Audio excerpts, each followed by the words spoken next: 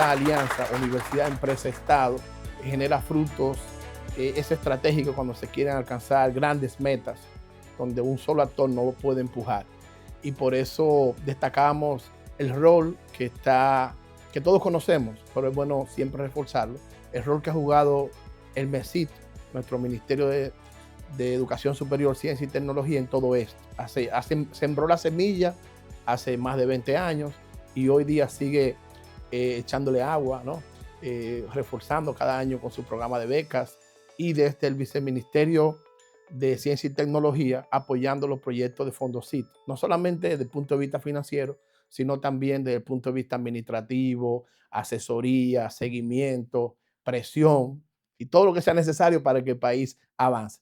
Por eso, con ese preámbulo, le damos la más cordial y calurosa bienvenida a nuestro viceministro Genaro Rodríguez, viceministro de Ciencia y Tecnología del MESIT.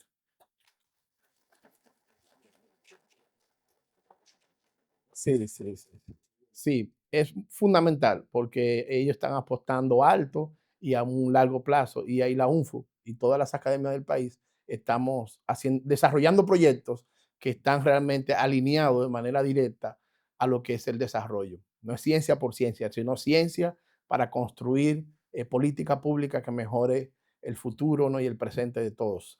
Ahora sí, le damos la bienvenida a nuestro expositor estelar, el señor rector de la Universidad de Sabaneta, el ingeniero doctor John Fernando Escobar. Amigo.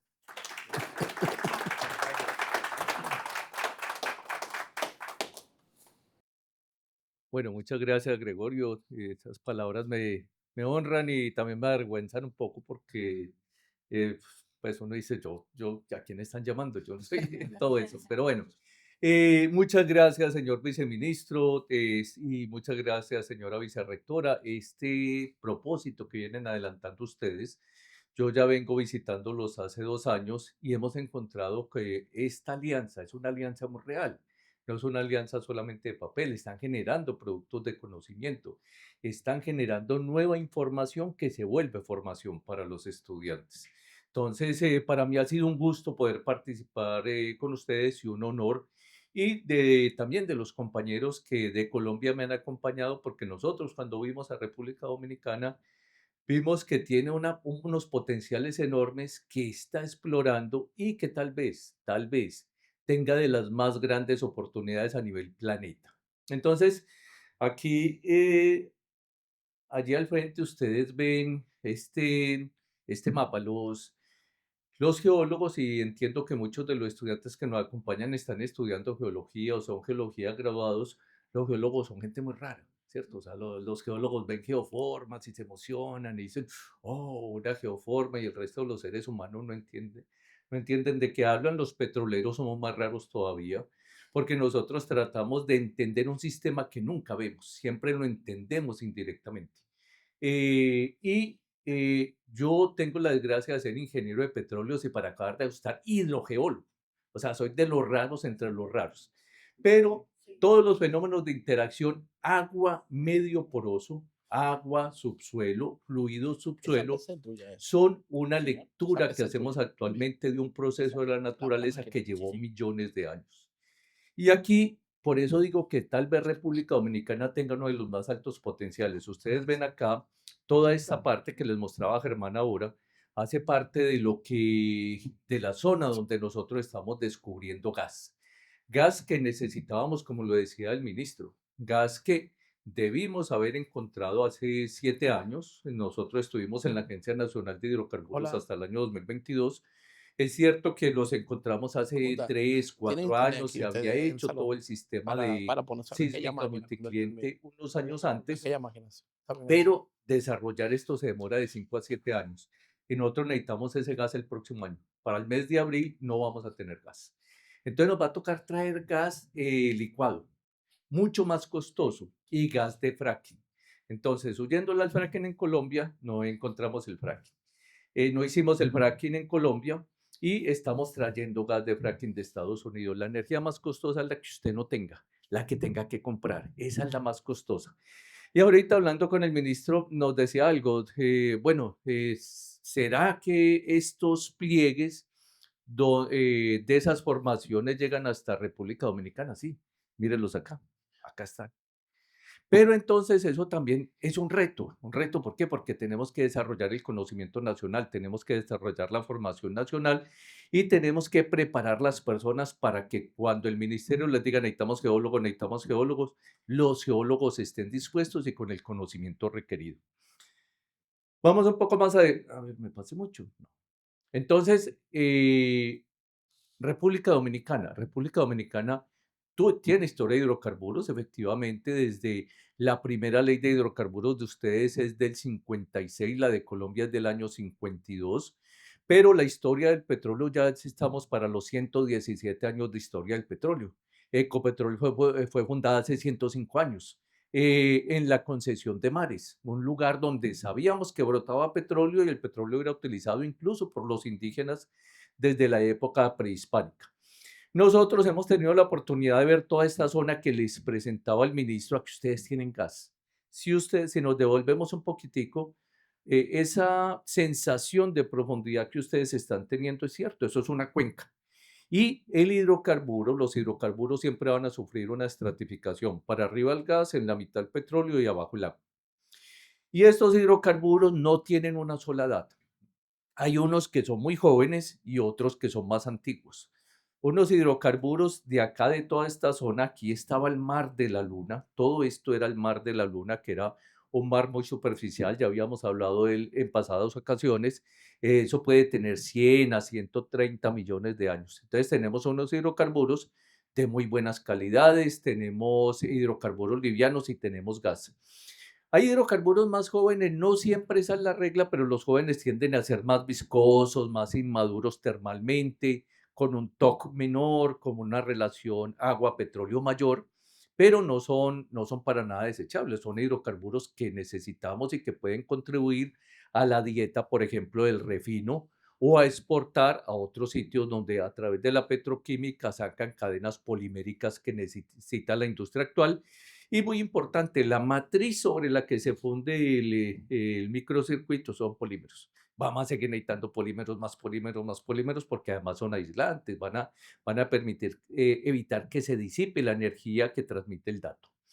Entonces, nosotros tuvimos también la oportunidad de conocer esta zona donde efectivamente hay un sistema hidrocarburífero. El hidrocarburo ya se halló, se conectó a la superficie, se produjo, según algunos datos históricos, a razón de 400 y hasta 700 barriles por día por campo. Y en esta zona es muy evidente los manaderos y la infraestructura que existe en la zona digamos, en el emplazamiento que se llama Maleno, donde logramos detectar que históricamente aparecen 7 pozos, y de los cuales encontramos 3. Y Higuerito, donde hay un registro de cerca de unos 4 pozos y que actualmente encontramos uno.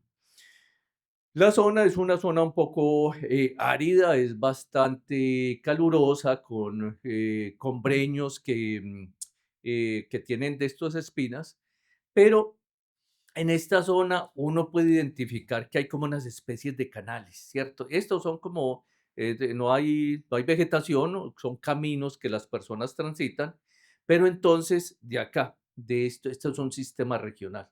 Y entonces uno dice, en ese sistema regional se dio la acumulación y se dio la explotación de hidrocarburos. Ahora, cuando hacemos un zoom y tratamos de mirar la topografía, ustedes vieron que en las panorámicas que les presentaba Germán uno ve la cuenca.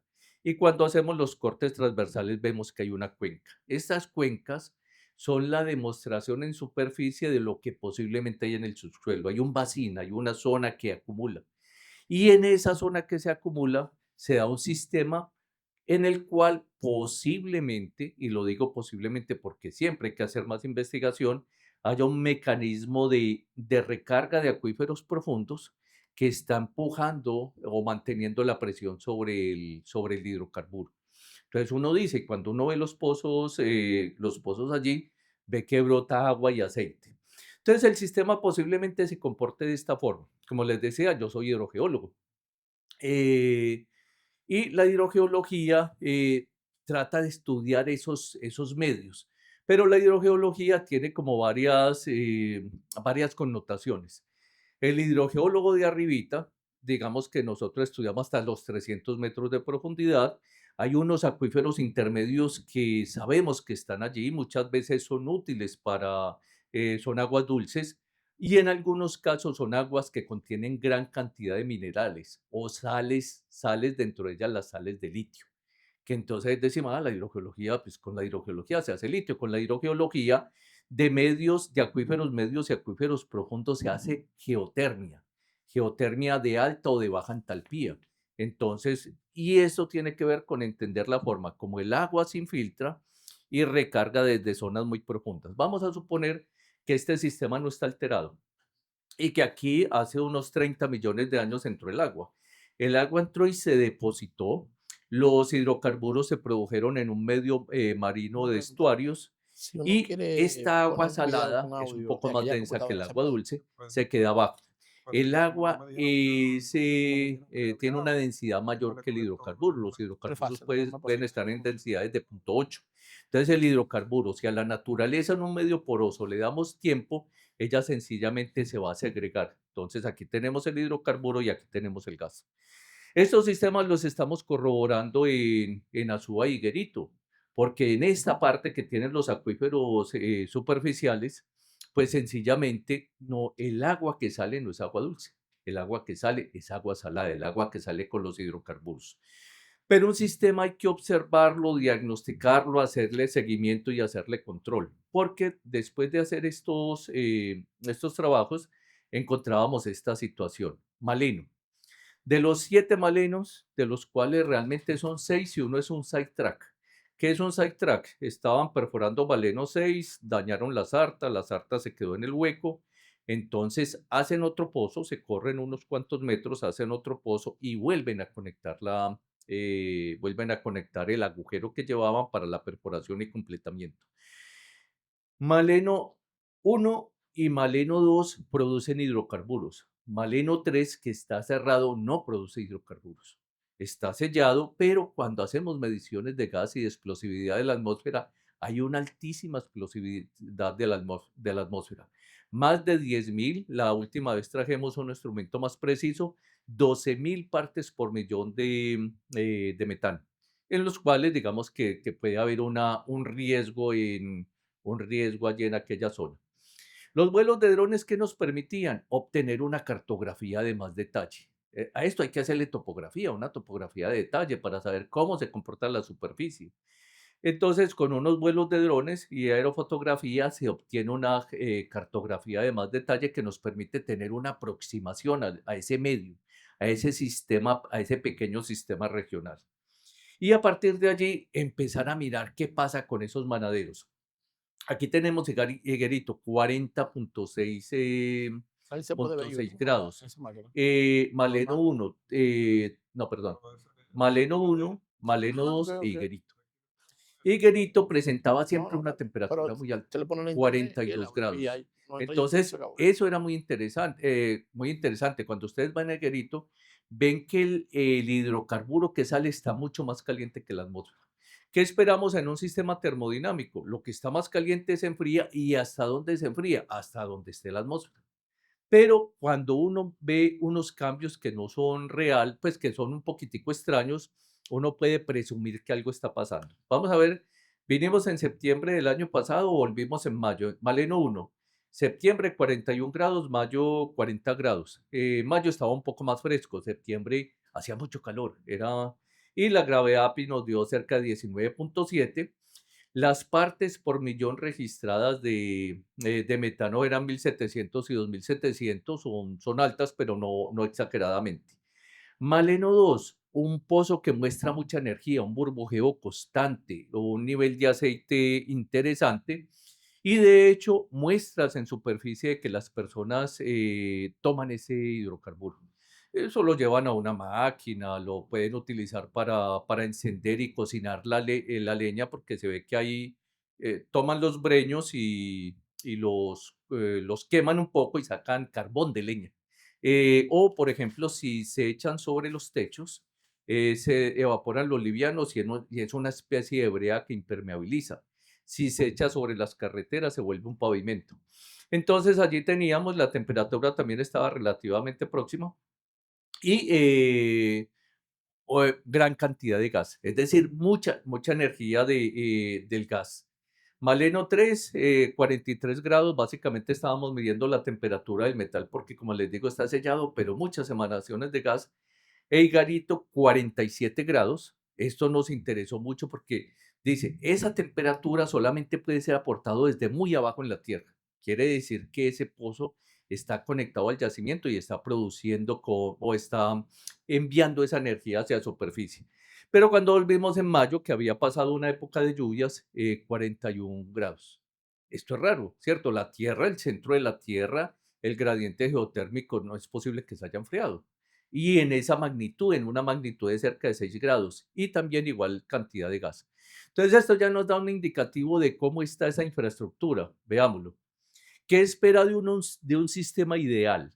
De un sistema ideal, cuando un pozo está recién hecho, se perfora la parte superficial, se llega hasta el fondo de los acuíferos superficiales, se baja pues la perforación se recubre con un casing, con una tubería de acero y se cementa hasta cerca como mínimo unos 5 metros a 10 metros por debajo del bottom de la base de la base del acuífero superficial. De ahí se baja con otra tubería perforando, es posible que se haga otro casing intermedio y un casing profundo. Cuando se llega a la zona donde está la formación, se cañonea y el hidrocarburo, el gas y el agua pueden empezar a migrar y se colocan unos sellos para evitar el flujo anular. Entonces, esta sería la forma de completamiento ideal. ¿Qué encontramos nosotros? Esta infraestructura es muy antigua y en República Dominicana es un país sísmico. Entonces, ¿qué pasa? La tierra se sacude y al sacudirse la tubería es elástica, pero el cemento no. Y el cemento eh,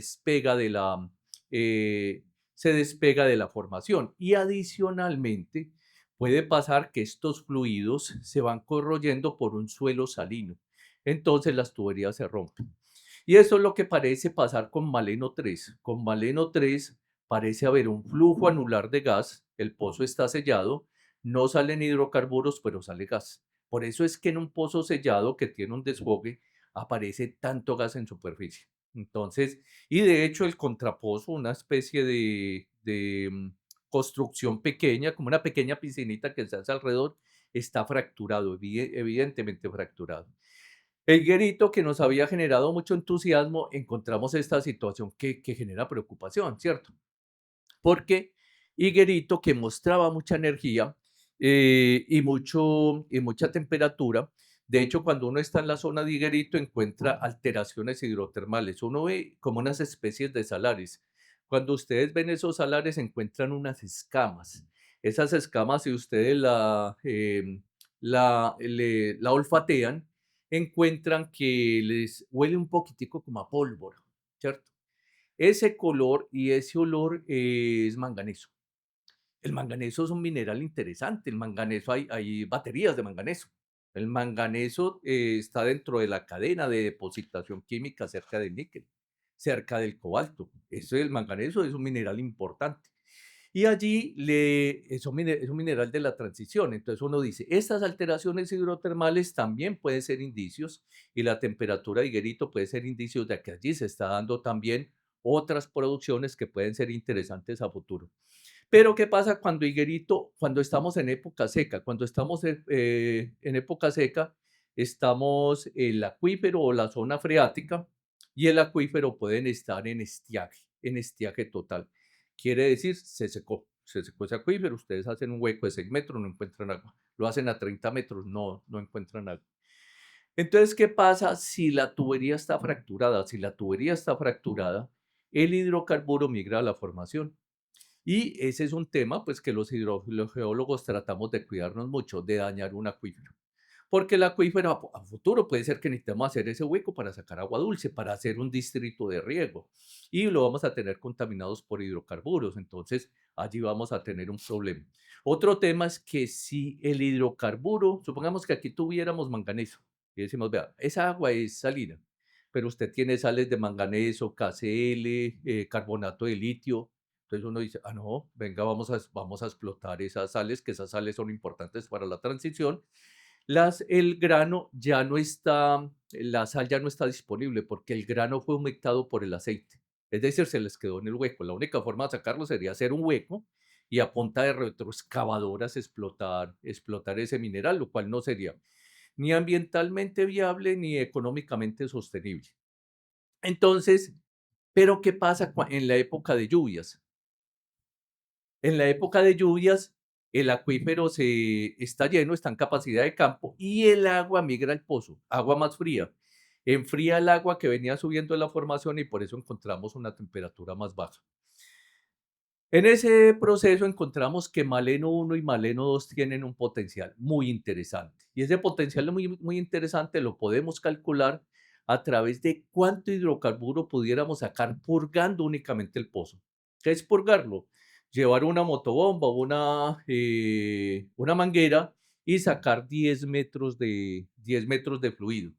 Haciendo los cálculos, hacíamos que si hiciéramos una prueba durante 22 días, sacaríamos cerca de 160 barriles de ese hidrocarburo que tiene ese peso.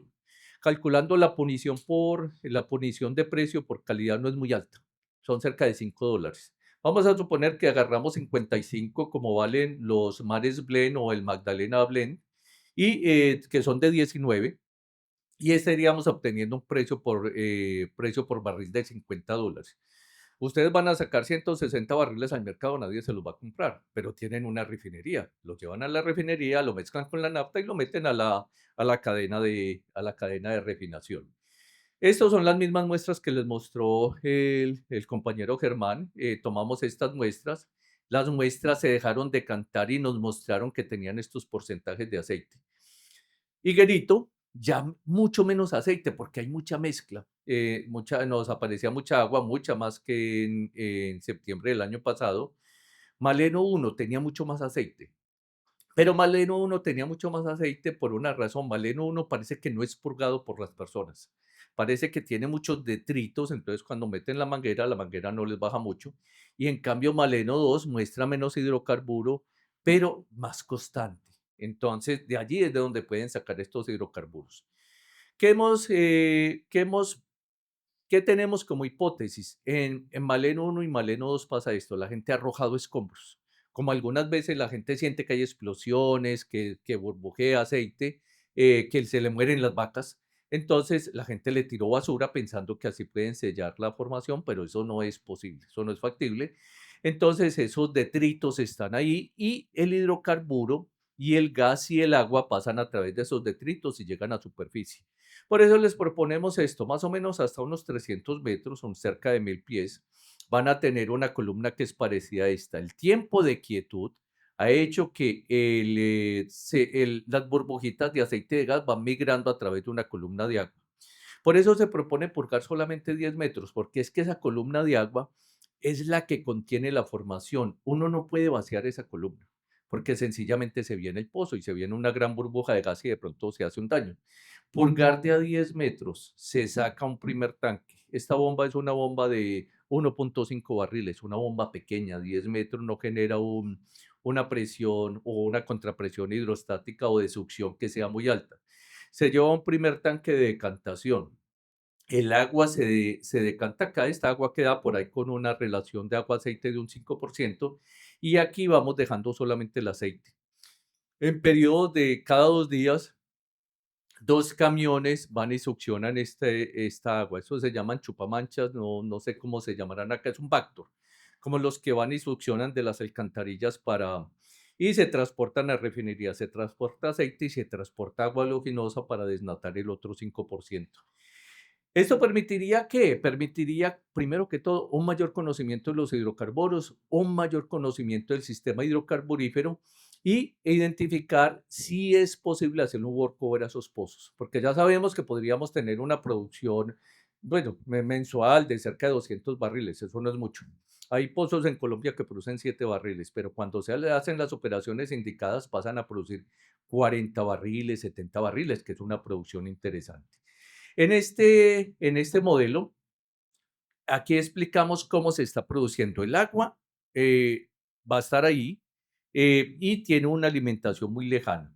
aquí está el aceite y lo que se está expandiendo y empujando el hidrocarburo hacia arriba es la expansión de la capa de gas. Al hacer estas operaciones y tal vez en futuro workover, la idea es recuperar un sistema hidrocarburífero